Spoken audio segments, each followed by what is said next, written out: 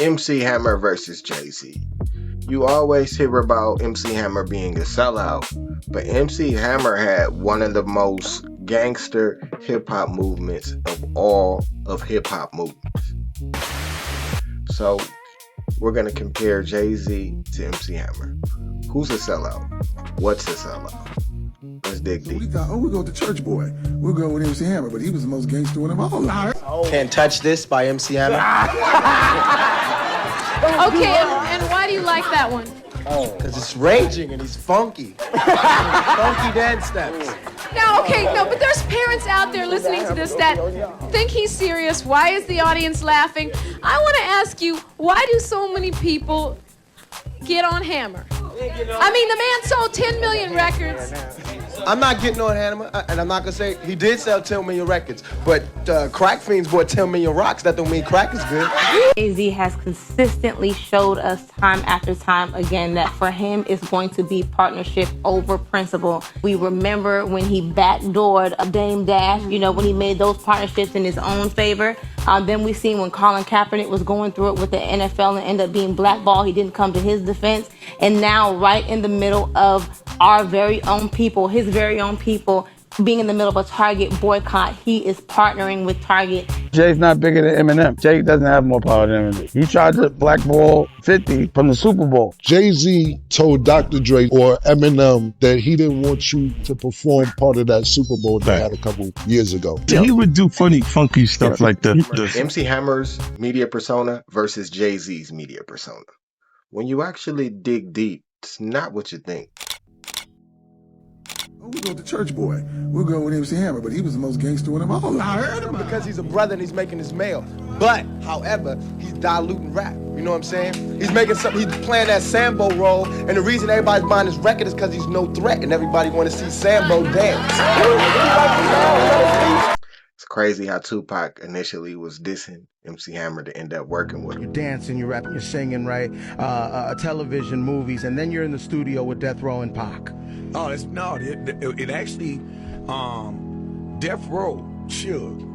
I knew Suge before there ever was a Death Row, and he also toured, was on my Let's Get It Started tour, and another tour with us. So it wasn't probably public facing. It was like out of nowhere. Sure. But I used to have Suge in my room at nighttime all the time on tour, and then he'd ride on my bus. So I knew and knew Suge extremely well before the official Death Row relationship. Mm-hmm. And then Pac obviously was from the town. Sure. Spent a tremendous amount of time up there in the Bay Area with us, and that was my little homeboy. So, so public facing, it might have been new, but behind the scenes, we already all connected. Right. Everybody was all connected. And it was just work. It was song after song, recording after recording. It never stopped. Yeah, I enjoyed it, man. I was in there with the arguably the most prolific artist in the history of hip hop. Sure. His ability to, Pac could do 7 songs in a day.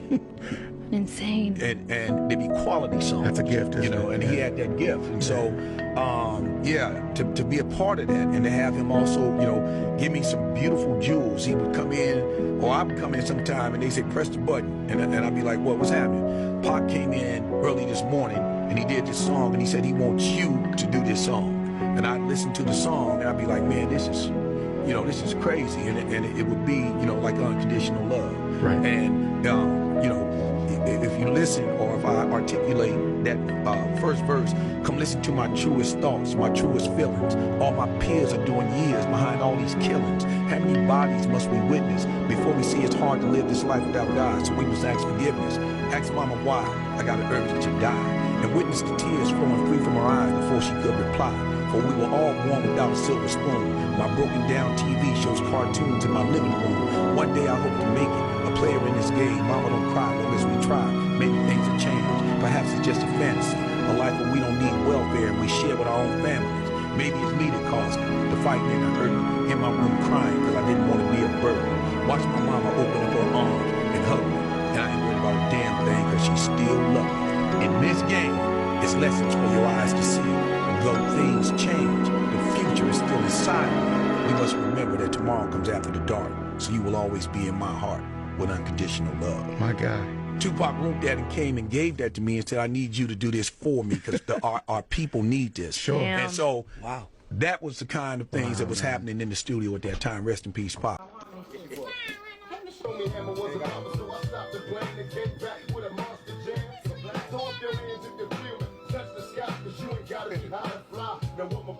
Everybody talking about they down the ride. Now the Hammers wasn't too tight, but I don't think they know what we got tonight. Show them Hammers cause you're too tight. We put it together. Okay. Who producing that part? No, it's me and Jose Puente. Ricardo. It's really his project, but he let me ride with him on this minority exchange program. But Too Short had no idea that Hammer was involved in rapping until he released his song Let's Get It Started. We were at odds, so to speak, at a young time, but it wasn't like violence or anger. It was more like just, the local competition. We can't forget about that time when Redman was talking trash about MC Hammer and MC Hammer pulled up. Yo MTV Raps. Yeah, Yo MTV Raps. When the last episode they shot, when they had everybody rapping on it, MC Hammer was there. That nigga approached me. He was like, Red, I'm gonna tell you something, you young, but I don't allow nobody talking about my mama. You understand me? I said, yes, sir. Because, we was already in Oakland with EPMD, and we damn near had to bounce up out of there for that. Because they had niggas back here, back here, back here. We had to get the fuck out of here. They wasn't playing. We was almost boxed in. And I'm at a young age, too. Yes, sir, MC Hammer. In other words, I got the message. Well, he didn't want me to, they worked to make like there was an issue with me in the NFL that doesn't exist. And then when M says he's not gonna do it if I'm not there, let's go. Yeah. I don't understand that. Like, Fifth is right up there with Jay. Jay never sold 11 million, bro. What are you talking about? He has 10 albums. This guy doesn't know his hip hop, bro. No, he doesn't. He has a million copies. Look it up because the Black Album probably did 1 million, bro. Look, when Jay signed his contract, the marriage contract, he got trophies. The trophies came rolling in, buddy. He started getting Grammys left and right, man. Jay's presentation is good. I think 50 always has the best presentation. I see Faison Love in the news a lot. I remember you and him had some kind of disagreement online. Where did y'all go wrong at? What do you remember? Even if I fuck with you, don't fuck with you, I gotta tell you what really happened. And he was trying to say Jay-Z really wasn't getting no money in the street. And that all his raps was cap. It's a facade. And nah, it wasn't like that. He wasn't getting no bread. And I'm like, nigga. I went to that man's house and he had piranhas in a fish tank with the fish tank being in the wall. And they had no motherfucking album or nothing. Now I can't say and act like I seen Jay-Z sell a dime bag. But I seen there were a lot of shit that was going on, and I won't get into detail on this show. But more of the story is you're not gonna do that. You're not gonna say the man wasn't getting no money. So my monthly payroll was over $500,000 a month. So a lot of my money was spent on trying to build a business that was unsuccessful. So he had a whole lot of friends, and well, he thought they were friends, that he tried to bring with him. And then when the money started leaving, then that's how you can tell, who your friends are. When you're dealing with lots of money, you're dealing with a lot of people. And when you deal with a lot of people, you're dealing with a lot of personalities, and you don't know who's who. And that was the biggest part about dealing with a lot of money. You can't watch everybody. And when you can't watch everybody, watch out. I remember going to Hammer and saying, yo, there are rumors, man, that you kind of spending, like crazy. And Hammer was like, oh, don't believe it. I said, but they say, yo, you throwing some mad dollars around, man. And he's, oh, crazy rumors. But the rumors were true. And some of the most extravagant spending went into his elaborate 6-bedroom mansion, perched on a 12-acre site overlooking his old neighborhood. I remember we were living right down the hill from here in a little small apartment, and he would look out the window all the time, and he would say, that's where I'm gonna live. That's where I'm gonna live. Hammer and Stephanie bought the best of everything, including a bathtub that seats 8 with solid gold faucets, $68,000 just for mirrors, $1 million worth of imported Italian marble, and $3 million for all the indoor and outdoor pools and fountains. I I guess when you start seeing something and you're building it for you, you want everything the best in there. And we realize now that the best is not always the most expensive. Yeah, 10 million was a little too much. Just a little. Nah. So you spend all this money and you just read about it, you're like, man, how can one person put that much money into one thing? Hammer's dream house turned out to be a bad investment. It's on the market and expected to sell for around $6 million, a loss of over $4 million. It took Jay-Z nearly 20 years to sell 11 million copies. MC Hammer sold 20 million in his first couple albums.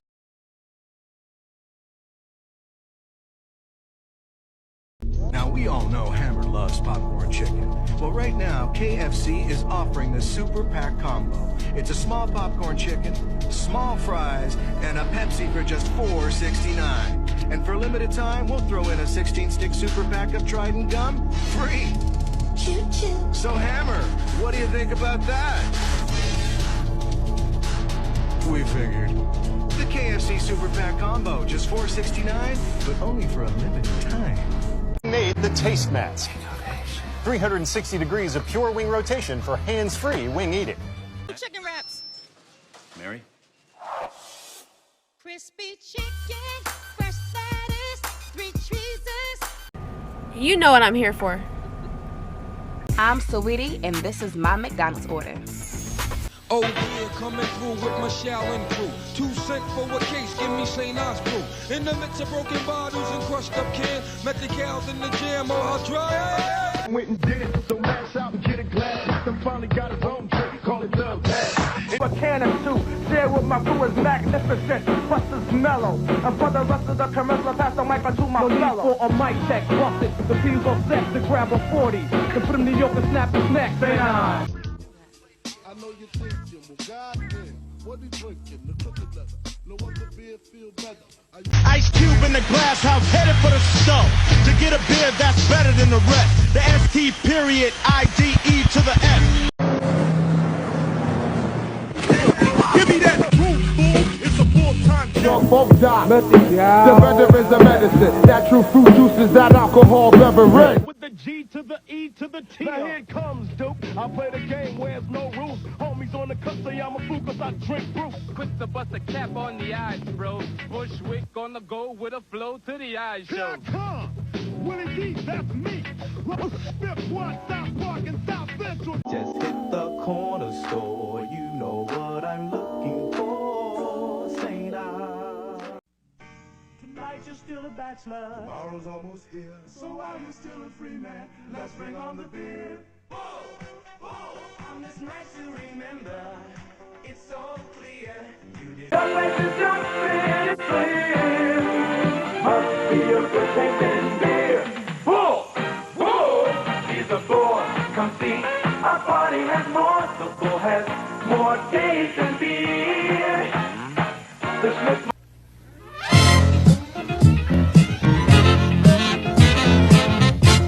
When you're up and down, all around, trying to find the best malt liquor.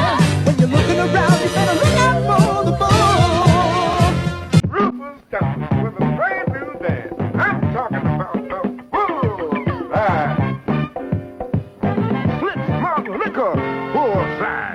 Y'all ready? Here we go. Raise your right leg, then you put it down. Move your left leg forward, and your body too. Do what comes natural when the bull's after you. Now you move your head from side to side. Get switch malt liquor and do the bullseye. Yeah, yeah. Gentlemen, you just got lucky. I've got your number. Code 45. I've got the #1 taste. Cold and bold. It's satisfying, unique and sleek. Without hardly trying. I've got your number. Code 45. You know, I've always heard about the power of Colt 45, but I was never sure exactly what that meant. So I got some, found out for myself. Hey, Billy, you free tonight? He's my man. He's so fine and dear. I treat him right with his favorite beer. Bull, bull. Girls, let me turn you on to the big bull, bull. We sip and make it clear the bull's got more taste than beer. You bet.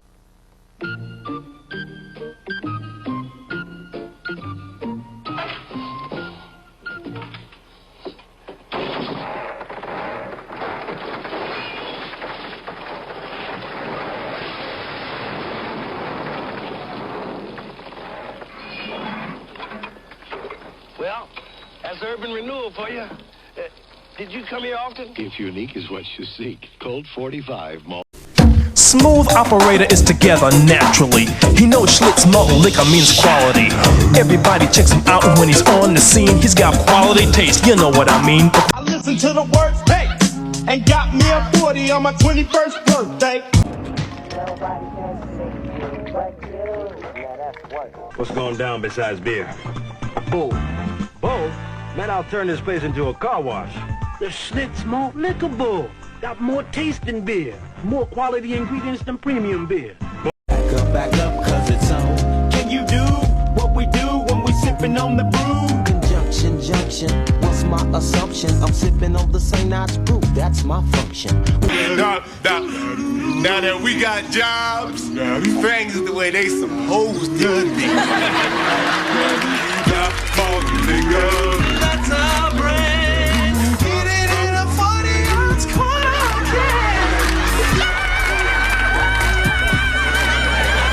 Now with this new revelation that he's not only in the Epstein files with a very serious allegation, but also to know that Jeffrey Epstein and his colleagues were talking about Jay-Z quite a bit. And it seems as though they admired his business model, hence this email right here. This email from Jess Staley, who is this man, to Jeffrey Epstein, basically is alleging that the only reason America isn't in an uproar with a bunch of protests and, taking over the government is because the group that would be doing that, Black people, have been bought off by Jay-Z. Now, there's no mention of whether or not this was a plan of theirs, if they sent him to do that, but there are certain instances and circumstances throughout the years that could lead us to that conclusion. For example, when Brooklyn wanted to build the Barclays Center, there was a lot of pushback from people who lived there. They said that it would basically take away housing from poor Black people. Black people in Brooklyn eventually got on board with the idea of the Barclays Center coming to Brooklyn with the promise of it providing jobs and things like that. But the major reason was because Jay-Z was involved and they saw him as the face of it all. They saw Jay-Z being the guy that was trying to build Barclays Center for Brooklyn, despite the fact that he only had a 0.5% of ownership in the company.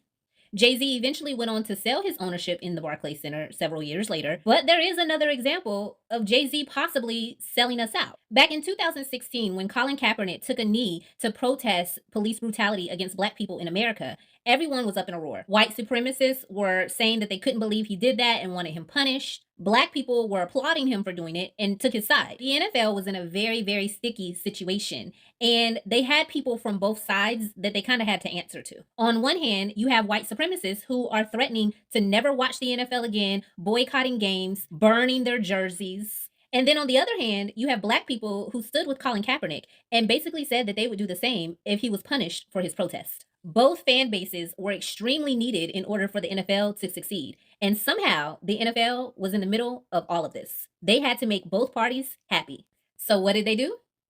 Called in Jay-Z. They got Jay-Z to basically make a statement and say, it's time for us to move past this protest. It's been 3 years. Nothing has come of this. We need to move forward. I know who Hammer was affiliated with, and he wouldn't have to pay to tell somebody to f somebody up. His people would just do it. We from Oakland. Oh, you gonna talk about my dancing pants? I see you. And he will whoop a nigga out. Run up on him. Hammer beat you. He'll beat your come on. Run up on him. Whoever was on the phone said, hey, is third base still coming to LA? And she said yes. And the voice said, good, they're dead, and hung up the phone. Hammer was a big dog, man. He got respect in the streets. He came from a respected crew. and they handled business, him and his brother Lewis and the crew. He said, yo, Joe, I let it go. His entourage was something like I never seen in my life. Like, it was literally more than 100 people, probably. That's actually how he... But it was girls, guys, gangsters, dancers. Everybody. Everything was kind of pointing to his brother as being kind of like, sort of like the gangster in that crew. He played that part. I believe they identified that the call was from Hammer's brother, Louis Burrell. His brother gangster, Louis Burrell. You feel me? He a gangster. You know what I'm saying? He's an intelligent gangster. You feel me? We was already in Oakland with EPMD, and we damn near had to bounce up out of there for that, because they had niggas back here.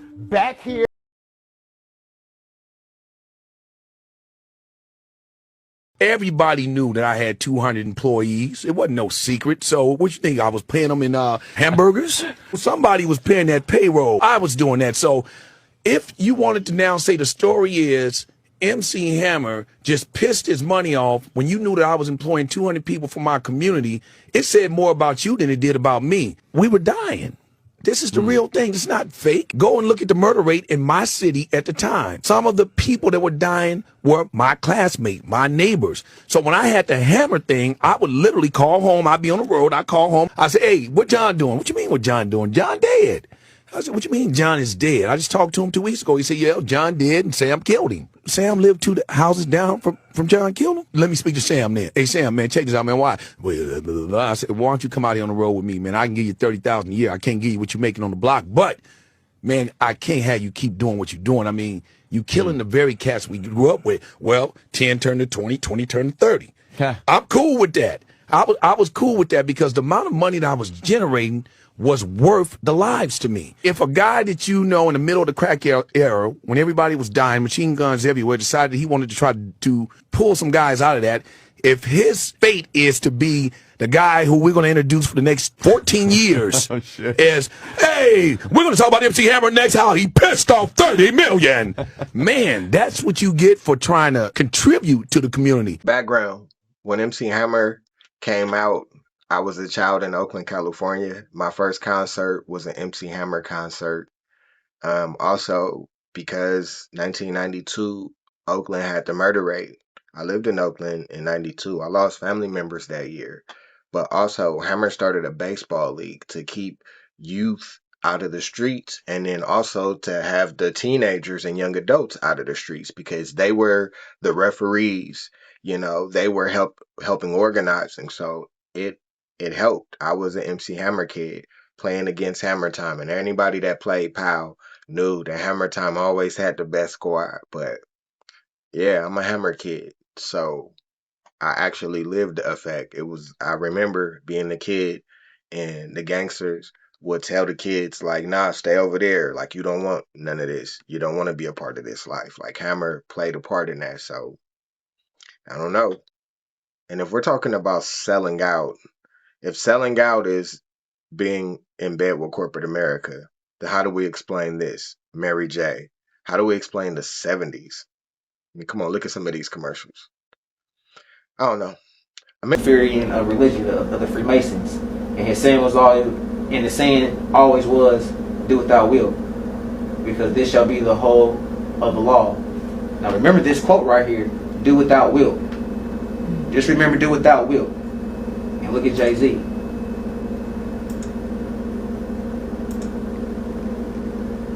Okay, here goes Lady Gaga. Do what thou wilt.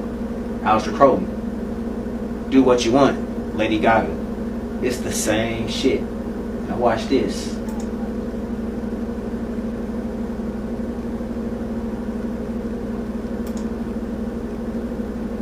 Bam, here goes Jay-Z. Do what thou wilt. And he knows what that shit means. So don't ever let them play you like they crazy and be naive that you just put something on just because. Bitch, you know the shit that mean. You know what the fuck that shit means. You dig what I'm saying? Like, everything got a double meaning. It might mean one thing to us on the lower level, but to them, they talking about some different shit that can go way over your fucking head. So you can't be in the industry for 20-some plus years without knowing witchcraft and magic. And Jay-Z is a powerful wizard. I'm about to prove this shit. As you can see again, The making of Jay-Z's Run This Town video, Do Without Will. You did. You got the shit on. They ain't playing games. That's how you get down. That's how these motherfuckers get their check. You dig what I'm saying? You can see the symbolism and shit. He ain't playing no games.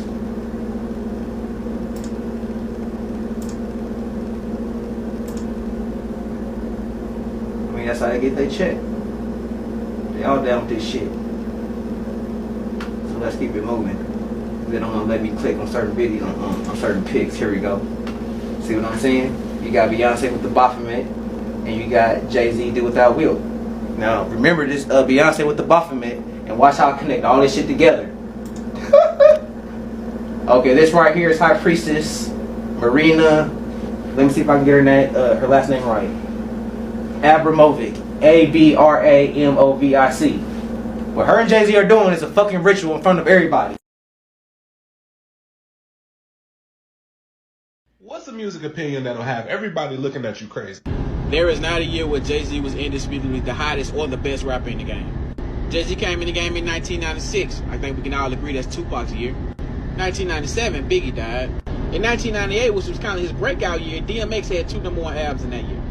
1999, DMX again, who outsold Jay-Z by a big margin. Year 2000, Nelly and Eminem both went down.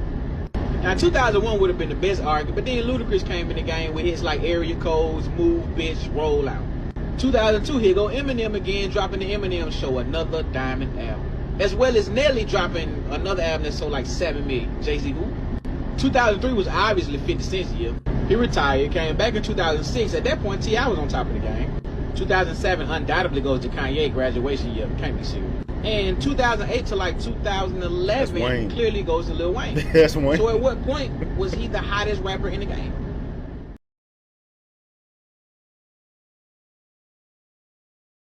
Jay-Z, influenced by Aleister Crowley, boldly sported a shirt declaring, "Do what thou wilt," a command from Crowley's satanic philosophy. Luciferian religion of the Freemasons. And his saying was always was, "Do what thou wilt," because this shall be the whole of the law. The making of Jay-Z's Run This Town video, Do What Thou Wilt. You did. You got the shit on. They ain't playing games. That's how you get down. That's how these motherfuckers get their check. Interested in what you guys think, please leave a comment, subscribe, let me know. Thank you for watching.